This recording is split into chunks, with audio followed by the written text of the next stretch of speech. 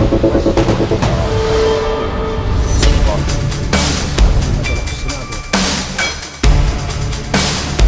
course, have a very large industry. Where the interest component is desired in the department for having me on. Alright, welcome back everyone dito sa latest episode ng Deep Dive FYI series. Kanina lang we had Attorney Dina De Leon joining us live from Zoran Mamdani Universe. And sa dami namin daldal about Humba, Harry, and all, nakalimutan ko tanungin, guys. Ito na yung fast talk natin. Sinong unang uwi? Zaldi or Harry? Simulan muna tayo kay Cleve. Sino uwi? Sa tingin mo, mauna? Ako Let's take a I bet. think si Harry kasi he couldn't contain na talaga yung pagka-miss niya sa Humba, 'di ba? Di mo yan mahanap talaga elsewhere eh. And then also to be ano lang din, factual about it. Cancel na yung passport niya. So I think mauuna yan eh. May Interpol red notice, 'di ba? Mauna yan si Harry. And excited na din tayo, 'di ba? Na i-welcome back siya dito. Pa-homecoming pa ako sa airport, right? I-welcome ko pa si Attorney Harry Roque na pwede na, ready na siyang harapin yung sarili nating batas. Wait lang. Correct. Di ba nag-aaral ng piloto si Supranational? Ooh. Magsasama din ako ng mga kaibigan siguro, no, mula sa entertainment industry. Just to make him feel at Yeah. Kasi si Zaldi may spare plane, tapos piloto si Supra. I mean, it can all Well, work together, no? exactly. They can all go home together. Who knows? Who knows? Package Might be the deal. best outcome, Ito, yeah. Carla, ikaw, Zaldi, Harry, or package deal? Ano ba, 3-in-1 with Well, Supra? I'd love to say na sabay sila umuwi, but I would suppose that we don't even really know where Zaldi is. So at least we have tabs on where Harry Roque is. So I would suppose Harry Roque would be the first to go home between the two of them. Oh, kasi si Harry walang golden passport, si Zaldi may golden. Si I Harry, know, din na nga. Pogo Ano pa passport ba? lang siya. Wait, Ano pa ba Carla, yung parang other iba na yung accent nationalities? mo since you came back from wait, I'm Oxford. Bakit iba yung accent mo ngayon, Carlos, since you came back from New York? Parang iba ng voice. Ano? No, I'm just recovering from a very bad cold. I'm so sorry. Nakakasosyal pala ang colds. Ganun ba? Bedroom voice. Good morning. Right. Nasaan na Or, nga yung sheet? depende kung sino kausap. Earlier sabi, parang bibinata ka ulit ah. So pumipiyok daw yung boses ko. So. Pang radyo ang boses mo eh. Good morning. Good morning. Parang tulpong-tulpo eh. Cliff, Ganun ba? oo, eto na, pag-usapan natin, Cliff Carlo. Eto na, November 30 rally. Ano bang chismis natin dyan? Balita ko, nationwide yan. So, Lenny will not join the one in Manila, but join the one in Bicol in Naga. So, Yeah. what is the understanding of this? How is this going to be different from the September one, which we all attended with festivity? yes. Mauna siguro ako, Carlo, no. Yes, go ahead. Yeah, I think ito parang part 2 ito talaga nung September 21 rally no. And then makita mo even the choice of date, no, talagang may historical continuity, 'di ba? The 21 being the commemoration of the martial law declaration, no. Pero contentious yan kung 21 ba talaga. And then you have November 30, no, araw ni Andres Bonifacio. So in many ways, no, symbolic na continuity, but also the same organizers, no, yung gumagawa ng November 30 rally, no. So you have halimbawa yung Tindig, 'di ba? Tindig Pinas, no, na nagpapatawag ng rally dito sa EDSA People Power Monument, no. And then the Makabayan and other allied in the broadly left groups, no, are leading naman the Baha sa Luneta, no, or Bahain ng sa Luneta na rally, no. And parehas 'yon na part 2 ng mga naunang rally, and the idea is that, no, given the progress so far and the lack of progress, no, kailangan ulit bumalik sa streets, no, para ipaalala na nagbabantay yung ating mga kababayan doon sa nangyayari dito sa flood control corruption scandal. I understand, no, talagang magdo-double down doon sa mga pangunahing panawagan na earlier naman diyan nga sumikat 'di ba yung ating chant na ikulong na yan mga kurakot. So yung mga calls din clearer na ang gusto ng ating mga kababayan ay magkaroon ng kulong. Makita sa likod ng rehas yung mga talagang sangkot sa lahat ng korupsyon na ito na medyo dumadami. Baka sisikip na yung pinrepare na special jail para dito sa mga involved, no? Wait, are you body shaming? Kasi pumayat na si Zaldi, although kumakapal yung hair niya every week, I don't know how, pero pumapayat si Zaldi, ang isang yung isa hindi. Si Oo, Well, pero pag arguably naman parang pumayat sila parehas, I would suppose. Mm, Isa lang mas I think prominent may lang yata colds yung ka sa pa, isa. Carlo. I think may colds ka pa. I Oo. think your vision is a bit... It's kasi affected by the, yeah, Oo, tsaka pag nagtatago siguro, 'di ba? Medyo on the run you On the run. nakikita mo physically 'di ba? Pero weird nga kaya tuloy sinasabi baka AI, 'di ba? May mga doubts tuloy diyan sa True. mga videos ni Saldi ko kasi nag-iiba yung itsura niya, medyo ang bilis mag-iba ng gupit, ng kahit medyo may Baka changes sa iba yung face. iba yung PR team. Nagpalit siya ng PR team kasi sumablay. So yung second, ay freshen up natin. Mukhang hindi nag-work yung pangalawa. Baka may stylist na sa next na next installment, no? Kasi he wants to look better. Pwede. So hindi lang yung messaging sasabihin, no, ang babantayan natin, no? It's also what he looks like. Gumanda ba hairline niya? Ikaw, Carl, anong tingin mo? Ano ba umiba ba yung team niya? Production team niya? Ano ba nangyari? AI Parang ba to? parang Hindi ko maintindihan eh. knowing what little I know about photography and videography, parang nag-iba lang yung angle ng camera. I would suppose that maybe we can look at that as well. Pero, I mean, I've been dealing with my hairline for the longest time, and you can't fake developing that in a week's time. Do I look Diba? different from So, this? so baka. So, yeah. Dagdag ko lang din sinabi ni Clive a while ago na I think lumalapad yung frustration din ng mga tao between from September 21 rally up to November 30. And I think like expanded yung message na ngayon dinidiscuss na rin yung of course corruption. We're also talking about political dynasties na nilalabanan na rin. Dumidikit na yung corruption doon sa dynasties, which I think prior to the whole flood control issue wasn't really a top concern for a lot of people. Okay, so let me... Magpainit na ako ngayon. Since marami rin nagagalit sa malamig dito, papainit ako sa Pilipinas. Cliff, balita ko marami ka mga colleagues dyan sa Lasal na hindi natutuwa sa sa interventions ko. Although hindi ako may pakanan, I will throw Marco Garrido of U Chicago and Leloy of Berkeley. Sige na nga si Felipe. Okay, let's have this proper discussion about corruption. Obviously, we all agree corruption is evil, period, right? Sige na nga, yes, there's the leaky bucket, whatever, cliche, whatever metaphor. But, Cleve, I mean, pulsay tayo, diba? I mean, we know that the problem is far more complicated than this. That the corruption is probably even more a result and effect of something more fundamental.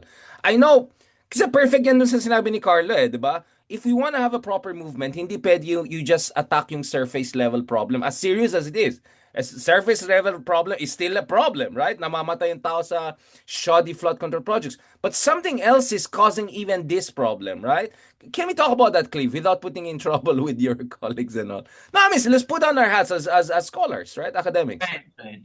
You know, the way that I think about it is that, especially because prior to joining the academe, I was an activist. I was a youth activist for the longest time. And the way I see it is that yung corruption kasi it's a good entry point to reveal ano yung mga ills of Philippine politics and Philippine politics and society to in general. But you're right to say, and our friends na nakikita ko ang inyong effort kayo ni Leloy and others trying to send the message out na corruption is a problem. It's a big problem in the country, but it's not our only problem, and it's probably also the problem that's parang easiest to fix, no? Than our other problems. Kasi halimbawa, kapag ka meron tayong may panibago tayong in 2028, for example, we're hoping for a reformist anti-corruption government, 'di ba? If that happens, then at least more or less we can see some changes on how corruption is dealt with in the government. And in the past nakita naman natin may mga gobyerno tayo or administration na na-elect na anti-corruption yung campaign. Pero ang disappointing sa akin is that despite the changes in parang medyo anti-corruption yung isang government, tapos yung isa corrupt government, usually economic policies remain the same. Usually the broader agenda of the administration tend to remain the same. And that's also a problem, di ba? Kasi nagpapalit-palit ng gobyerno, yung isa mas good governance, the others are, ano bang tawag sa anti-good governance? Diskaya governance, o kung ano mga tawag dyan. Kasi naalala ko si Sara Diskaya, nang tumatakbo siyang mayor sa Pasig, sabi niya kay Vico, masyado daw focus sa good governance, no? Meaning to say, no, my point being that I think we should also worry that na kahit may mga differences in anti-corruption agenda yung mga iba't ibang political elites natin in the political class, no, most of them tend to agree on the same agenda. At yun yung kailangan bulat-latin, no? Kasi ano ba yung polisiyang pang-ekonomiya ng ating bansa na talagang magpapaunlad sa atin, not only and I'm not talking about here development in terms of like the GDP and the economic growth, but broad-based prosperity, no? And you know, in other societies, no, pinag-uusapan na nga yung industrial policy, investment ng government talaga that it steers towards a certain direction, right? You have economies like you know, in the region, you have economies like Vietnam, 'di ba? Our neighbor. So I think kailangan tong pag-usapan aside from the corruption. So, meaning in 2028, our agenda should be clear that we will not elect those who are involved in corruption scandals. We will not elect dynastic politicians kasi part of the system, no? But question is, ano pa yung iba nating mga pamantayan? And maaaring ito yung ipapasok natin, no? So yun, no? So I think ano na to, hindi ano lang to, entry point I think yung corruption to reveal all the other problems in Philippine politics and society. So, Is it an entry point or is it also mobilization tactic? Kasi sobrang sobrang instinctive yung probably it's the Catholic in us, probably it's our own experience of 1,000 years of war and corruption, but for some reason ang lakas ng resonance pag sinabi mong kurakot kasi you could put a face on it, right? While if you talk about something more deep structural reform, it sounds like a social science workshop. Having said that, I mean, Carla, you just came from New York, right? Zoran Mamdani, that guy had bumper sticker, but he also had a much more, I would say, radical agenda, right? And I'm not saying it in a MAGA way. I'm saying it in a good Oh, way. yeah. Well, So I nag-work think, yeah. yeah. And even the head of the MAGAverse actually is looks like a Mamdani fan. Diba? When they went to the White House. So yeah, radical because, pero radical in the sense perhaps that it's not openly discussed in domestic politics when it comes to the US. But I think it originated from what the people really want. No, it's based from grassroots, no, on the grassroots, and then what are the daily struggles of New Yorkers, at least in that context. Because this candidate Mamdani back then was really like was packaged as an average, your everyday New Yorker. So he understands what they feel. So I think, just to connect what Steve said a while ago, yun nga, na parang kailangan pa rin natin tignan. Para saan nga tutungo yung development. Kasi parang feeling ko base level na yung corruption eh. Now, what will take us forward after that? Na parang after 2028, pag hindi pa rin natin naayos, tas yung corruption issue, ano na, di ba? Ano nang development ang mangyayari sa atin after? So you have to be very clear, I think. I think it's more of the how we're going to get. Well, I mean, just to be clear, both Mamdani and Trump are technically nepo kids. Like, they both grew up. Actually, mas social pa si Mamdani, di ba? West End ba yan? I mean, mas social pa yung residence si Mamdani kay Queens yata lang si Trump eh. But anyway, putting that aside before I make more enemies also on the other side of the pond. No, I mean, Cleve, I mean, from you did populism. I mean, you saw how in Hungary, different countries, populist mobilization works, right? For better or worse. I mean, can we do a good governance populism? Ano kayong pwede natin gawin on that front? No? Do you think that's good governance populism? actually, ang naaalala ko nga din dito sa the arguments that you have been making so far, yung abundance, yung politics of abundance sa US din Very nila. Ezra Klein. Yeah, yeah, Oo, yeah. diba? Yan yung yan din eh. And to in some ways nagre-resonate siya sa akin. Hindi naman 100%, pero may mga parts talaga, 'di ba? Na when people think about progressive politics and when people think about us, halimbawa, naisip nila ang ating mga leaders, no? When they think of VP Leni Robredo, Senator Risa Ontiveros, Senator Bams, and Kiko, I hope na ang naaalala ng taong bayan ay ito yung mga senador na grabe ang nagagawa. Sila ang nakakapagpatayo ng mga bagong infrastruktura, nagpapalago ng ekonomiya, right? Nagpababa ng presyo ng bahay. Now I can afford to buy my own house, 'di ba? Aside from nakilala tayo for the anti-corruption campaign. I think that's also the point na for the longest time our focus and ito naman historical din na lagi kasi tayong magmamana ng mga kurakot na gobyerno. So the focus has always been to clean the house, 'di ba? Housekeeping, clean the house, maglinis tayo, magtanggal ng yung mga leaky buckets, leaky faucets, 'di ba? Yung corruption. Pero papaano yung other part of governance and the other part of politics, which is making the lives of everyday the ordinary citizens, everyday Filipinos, no? Making their lives better, 'di ba? That requires, halimbawa, ngayon pa lang pag iniisip mo yung climate change, 'di ba? And that's also the argument of people like Ezra Klein na to be able to build green spaces, green cities, we actually have to learn how to build these kinds of things. Kaya ang tanong, yung pamahalaan ba, nag-i-invest ba siya sa ganyan? At yung gobyerno bang gusto natin, halimbawa na bagong gobyerno, is it also going to focus on that? May polisiya ba tayo na, okay, now the government will build 1 million green housing units across the country. These are also the things that you would want to hear from your progressive politicians, 'di ba? Hindi lang yung babawasan yung corruption or mananagot yung mga sangkot. I think ito din yung maybe the key to appealing to a broader audience, no? Sabi ko nga, if I was in a forum and I was asked, anong tingin mo, bakit nanalo yung Akbayan, mataas, no? And then Senbam, Sen Kiko. Ako, I think I appreciated yung focus nila sa medyo mas welfare agenda. May focus sila dun sa socio-economic aspect. They wanted to improve the lives of people socio-economically. And on a macro scale, on a national level scale, that requires something like an industrial policy for the government to be able to do it. No? So naalala ko yun. And so that's how I would respond to that question, Richard. And tama ka hindi nga lang din opening yung corruption pero sa parlance ng mga aktivista para siyang agitprop.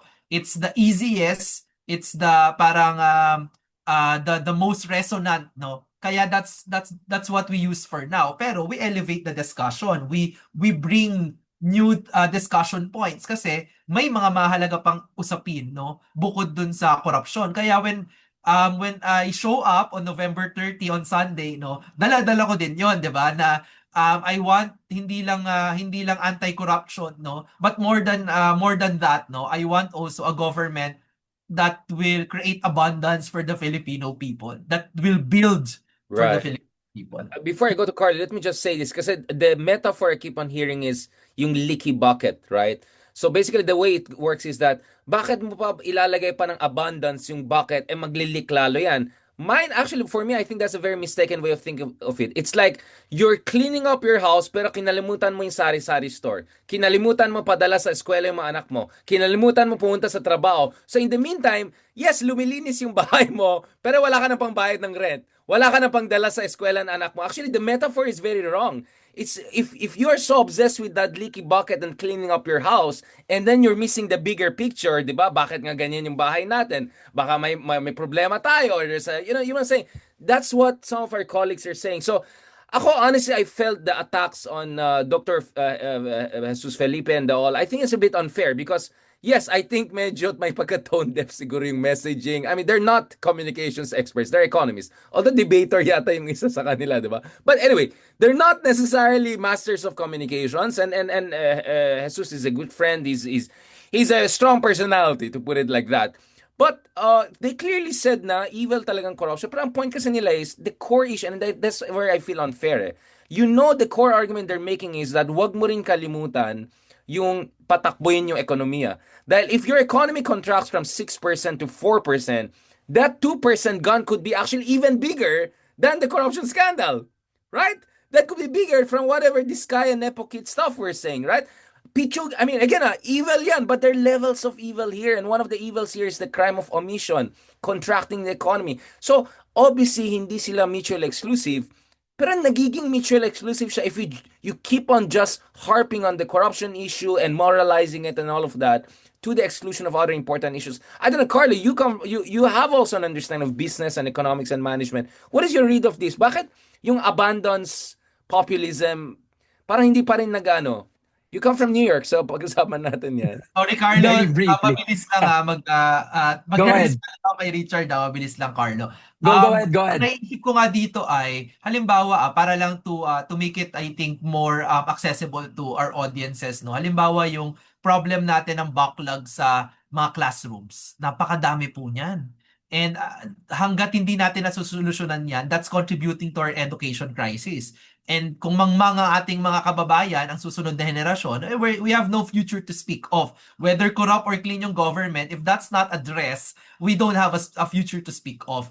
And di ba, parang ang tanong ay, is there going to be corruption in agencies, whether DPWH, DepEd, or LGU, sa pagpapatayo ng mga eskwelahan? I think the realistic answer is that yes, there will be some levels of corruption there. And we should address it. Pero in the meantime, hindi naman pwedeng titigil na tayo magtayo ng mga classrooms, di ba? It's an urgent need and we need to do it. The same with hospitals, the same with other things. So, I think kagaya ng sinabi ni Richard, it's not mutually exclusive. We should do it at the same time, no? Hindi pwedeng hindi pwedeng ititigil natin yung buong pamamahala. Actually, no, yun naman yun, no. So sige. Sorry Carlo, Hindi, actually, parang ganun yung gusto ko sabihin na parang um, as an individual, siguro later lang muna natin yung scope. As an individual, you have overlapping responsibilities as well. So I guess yun nga, you have to maintain cleanliness in your hygiene or whatever. But at the same time, you also have to study. You have to also find work. You have to eat. You have to exercise. So I guess, kasi yun nga sinasabi din sa investment, you shouldn't put too many eggs in one basket. So at the same time, there has to be like an approach na medyo malapad. Dahil di lang naman usapin ng pamamahala nga yung governance eh. It's also about developing industries nga. It's also about putting people to work. It's also about educating people. But but I think I understand that also at the core of it all is a lot of these things cannot really materialize if there's widespread corruption because the people who are supposed to access, let's say, government subsidy, free education, quality education cannot because also as a consequence of corruption. So parang may pagka-catch-22 in my mind. But is it catch-22? Kasi ako, for me, I think we also lack perspective, no? I kept on saying this. If you look at the Philippines, our corruption rankings are almost exactly the same as Turkey and Thailand. And again, Cleve, Thailand, it's a mess, but an average Thai has way better access to welfare, twice higher per capita income. Turkey, even better. They're almost reaching a high income level. Brazil, also almost similar score to us. So what does it say? That corruption doesn't explain everything. That there's so much more to poverty alleviation. There's so much more to income inequality, etc. It's bad, no question about it. But it really doesn't explain the picture. In fact, there's a very interesting concept by Yuan Ang, who's a Chinese-American economist, a good friend from Johns Hopkins University. I love her Her work. concept of corrupt meritocracy, right? So she makes a distinction between different types of corruption, access corruption, grand theft, etc. So I agree na yung Diskaya style, that's probably the worst. But without making nuanced arguments on corruption, I think we're really missing a lot of issues because China is a highly corrupt country. Vietnam, you think they have nakailang presidente na tanggal dahil sa corruption issues and everything like that. So I just feel we have a tendency to self-exceptionalize, ang Pinoy napaka-corrupt natin ganun, which creates a cynicism which is dangerous. So I am worried about not only the intellectual stagnation, if not degradation, I'm also worried about the psychological self-deprecation, which is not helpful. Because in politics, you need positive energy, good vibes. Kaya kami ni Dino, di ba? Kayo nga, ang ganda, ang hyper nyo sa show sa, with due respect, sa sobrang hyper nyo, na nagigising ako sa 5 a.m. time ko eh. But guys, you need positive vibes, good vibes, and nawawala yung good vibes if you say, napaka-corrupt ang Pinay, blah, blah, blah, all of this self-oriented. And then the other thing, mag-real talk tayo. Okay, let's have a real talk. Many people welcome impeachment of Sara Duterte, right? How do you think the votes came together? I mean, let's be honest. Do you think those votes were votes of... I mean, I know I'm making a very... I'm just saying, this is how tough our politics is. that maybe one of the reasons you saw medyo yung abundance, ibang abundance ang nangyari is because votes had to be produced by some ways to impeach Sara on good basis. I mean, there wasn't evidence that Sara did something mumbo jumbo. Again, does that make it okay? Of course not. But does that say that it's just purely out of greed? Maybe it's greed plus also political calculation, right? Or a greed that indirectly was kind of helping account. Do you get what I'm saying? So in short, it's evil, it's wrong, but there are 50 shades of evil and wrong, and knowing those different shades is, I think, an intellectual duty. So Cleve and Carla, I want to ask this, and again, I'll put myself probably in more trouble in this. Are people too invested in certain forms of narratives because it's a cottage industry, isn't it? Like, my funding, good governance. Maganda. Uy, may center kami. Good. Like, I am all for that. But I always say, we all can get funding for good stuff. Like, hindi ibig sabihin if I say industrial policy and economic development or anti-dynasty, mawawalan kayo ng pondo. But I think medyo may scarcity mindset sa Pilipinas na I'll get really in trouble by saying this, pero parang feeling ko minsan yung iba nagre-resist sila sa new ways of approaching political discourse. Baka takot sila na mawawala sila sa eksena. Clive, am I being too harsh here or am I being realistic here? Too cynical?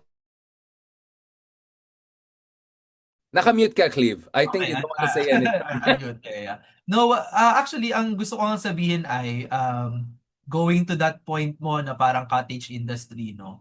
I think kasi ano and this is not a new argument to be made, no, na in our society, no, medyo reflex talaga, I think, as the bias of middle and upper class in our society and the intellectuals and your civil society. I think it's sort of like a reflex that corruption has become the master explanation for everything that fails in public life. Master narrative. Master narrative. Yeah, master Hegemonic narrative. na Yeah. hegemonic.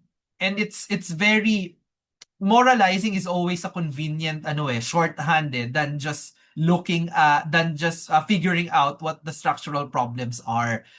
I think it's the bias because then it ties easily with personality-based politics, di ba? So ibig sabihin, you just need pure leaders, di ba? You need morally good leaders to be able to do good governance. But is that what all it takes? Of course, I want good leaders.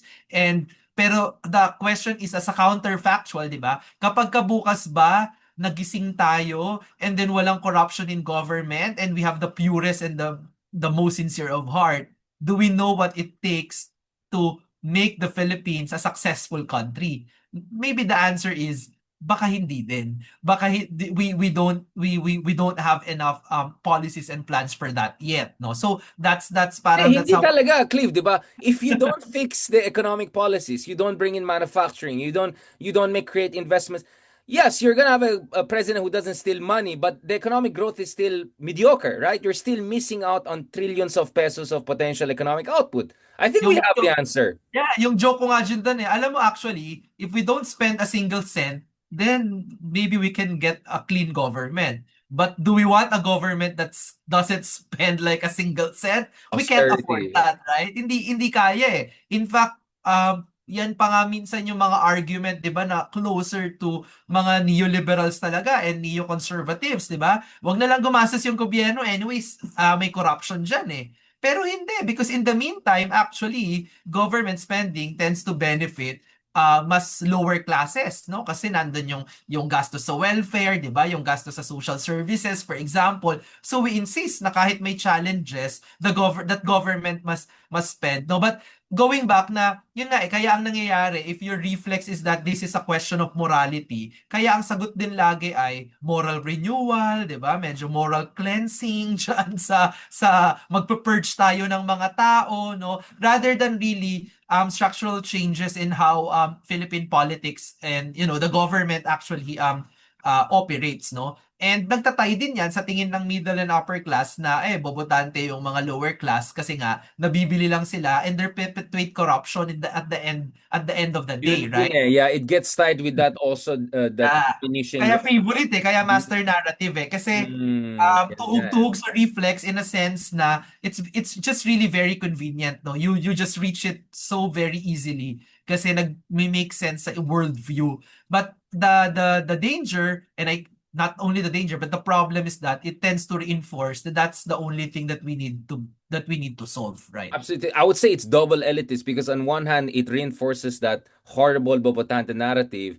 But on the other hand, it also reinforces neoliberal economic policies, which don't want to touch the fundamentals of our economy. I'll be honest, I really see it that way. So, unfortunately, hina-hijack itong good governance agenda ng iba. I'm not saying all of them. I think a lot of people have good intention here. But if we don't expand it, there is going to be some mutual exclusivity. Carlo, to close this issue, what do you want to see on November 30, and what do you think is the way forward? Kasi kilosan ang kailangan natin kasi if you don't get rid of dynasties, you don't get rid of X, Y, and Z. Right. Babalik at babalik tong corruption na yan. Kahit i-ano mo si Zaldico ng i-medieval mo siya, i-witch hunt mo siya, babalik pa rin yan. There'll be another Zaldico in 5 years. There'll be another Napoles in 2 years. Right. I think, I think a lot of the movement siguro is reset oriented rather than reform oriented. I think we want a lot of things to happen, but are we willing to do the work? I think follow through is very crucial as to the demand or what happens now, no? If may makukulong ba, are we just going to pag may nakulong na isa o dalawa, are we just going to sit idly by? Or are we going to participate more in terms of our local councils? At least for the people who can, at least at barangay level ba? Are you involved in governance or at different levels of governance? So maybe we can start with those things. If you're part of the Gen Z or Gen Alpha, what groups are you participating in terms of your involvement in the budgeting process? So baka mas ganon ng mga specific, how do you engage with government and understanding your role in civic participation talaga? Na hindi lang talaga dapat natin magiging last recourse na lang yung pagrarally. But rather, have to be part of the entire process. I think. So, gamitin natin lahat ng rage natin to call the attention of the government and to get our acts together. But once we get what we want, at least in the interim, let's not let go of it. So, tuloy lang and let's do the dirty work. Not dirty in a corrupt sense, Right. but the unsexy... Tingin ka naman Sorry? sa camera. Oh my gosh. Ayan, there. Oo. Iba kasi yung camera ko nakaset. Sorry, ayan. So yun. So that's it. Hello. Nakatingin kasi ako sa screen, so I'm sorry. Baka nasa intellectual mode siya, di ba ganun, Cliff, pag nasa very, yung mga old professors. You must know, you're in Oxford. Oh yes, there you go. Sorry, I don't mean to be rude. Ako, the point, my point is, tama yung sinabi ni Lelo in a sense that you also need prosperity to build institutions, right? I mean, let's be honest. If we were like subsistence level academics or activists, I don't think we would have time to do this, right? It was only when I reached a certain level of middle class, I won't say prosperity, but slight stability, I created the cushion to create this vlog and podcast. Kasi wala naman assurance, di ba? Sal and reveal. Yeah, exactly. Talagang Magkano? buwisan dito sa podcast na to, mas malaki pa sa sahod ko dati sa So I had to get a tax lawyer. But you get what I'm saying? Cleve, ang ganda ng quote mo, Cleve. Parang ang ganda na. Anong ulit? Kala mo No, do you get what I'm saying? Tama si Lele, you need to create prosperity. In order to create also institutions, you need to get staff, you need to get top quality people, etc. Kung wala tong revenues and monetization, I don't think I would have been able to sustain this because it takes away time and energy from my day work. And without my day work, how am I going to survive, right? So you need prosperity to also build institutions. At usually nakita natin when countries are around $6, $7, $8,000 per capita, it's not an iron rule, but that's what napansin ko ibang doon nakakaroon ng mga independent think tanks, yung mga kids na nag-aaral abroad, bumabalik na kasi maayos na rin bansa nila. We're beginning to see that in Vietnam. I saw that Indonesia, Malaysia, Singapore had that. And hopefully Philippines, papunta na rin tayo dyan as we move towards an upper middle income country. Again, it's not a iron law, But I've seen that tendencies in many newly upper middle income country kung saan bumabalik yung mga Ivy League graduates nila, Oxford graduates nila, yung mga magagaling. And there's enough money because there's enough prosperity to build think tanks, institutions, independent groups, etc. So that's why, tama ka eh, the Ezra Klein abundance argument makes sense, although for me it's still a bit neoliberal. But having said that, Cleve, what do you want to see sa November 30 rally? And what do you think, anong kailangan moving forward? Should the Pinks and admin have some sort of I would say informal coordination to make sure na maayos ang direction itong anti-corruption, meaning substantive or substantive enough para hindi ma-hijack itong anti-corruption anger and grievances of people, which is absolutely legitimate. As Marcos becomes more lame duck, doesn't this give more leverage to the good civil society groups to extract the most commitment from Marcos? Because Marcos wants to survive. I think without the good people, baksak siya any moment eh, 'di ba? This is a historic opportunity, isn't it? It is. And I think na the good thing here is that, as you've mentioned, Richard, na if you know if a president wants to avoid a premature exit from office, and ako I want to avoid the successor, no, kasi the successor, ang sabi niya sa press con niya ay ready na daw siya, no. Ako hindi ako ready. Di kami na ready para sa'yo. Di ka- di kami ready, no? Yan ay hindi abundance eh. Kill, kill, kill na naman yan eh. So hindi pwede. But the good thing here is that if the president nga will make, will reach out and try to make a negotiation, and that's the reality of politics, no? That's part of the political dynamics, no? At least alam ko na halimbawa the liberals, no, and everyone broadly in the reformist movement, no, ay magiging principled yung negotiation, and that Right. will include Eyes wide open. concessions on what policies ngayon sa budget, no, yung gagawin natin, di ba? Ano yung mga reforms na, so parang in some ways ano natin to eh, home court advantage to eh, because for the longest time, and yung ay pinag-uusapan natin, at home tayo when we're talking about good governance na tied to anti-corruption agenda. So I think we have plenty of suggestions and plenty of ideas on what needs to change, whether in the budget itself, no, ang ganda ng mga nilabas na dyan, how to make the budget process more transparent, no, whether join ka sa mga tech bros na gustong gawing blockchain, di ba? Or medyo mas civil society approach na a portal, no, just to make the budget data more machine readable para mas mabilis makapag-respond yung mga nag-analyze ng budget. Of course, pag-alis sa mga insertion. So, may mga specific eh. And if we can extract that from the Marcos administration, those kinds of reforms, you'd say, diba, na it's not only that these hindi lang magbe-benefit yung current na admin at saka yung parang current na budget, but the succeeding ones as well.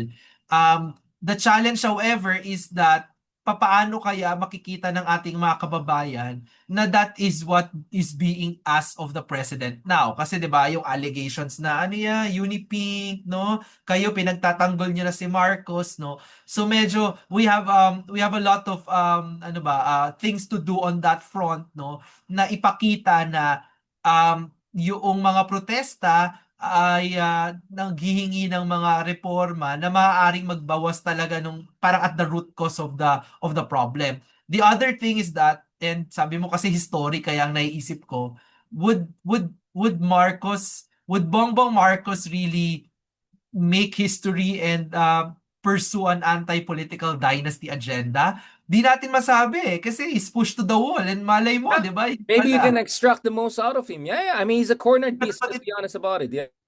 Di ba? And if that happens, grabe, that's going to be historic, and that's going to change a lot of things in Philippine politics, di ba? May chance na pwede nang si Richard A. Tarian yung magsenador, di ba? Rather than Ronald Llamas. haba ata yung i-elect ka sa susunod eh, kasi may dahig na senador, di ba? May mga mababawasan. Oo, may mababawas eh, na mga senador eh. So more than 12 ang i-elect next time. More chances of winning. Yun! Parang World Cup pala to, World Cup, nag-expand yung entry point. On that very interesting point, pag-usapan natin, pagbalik natin.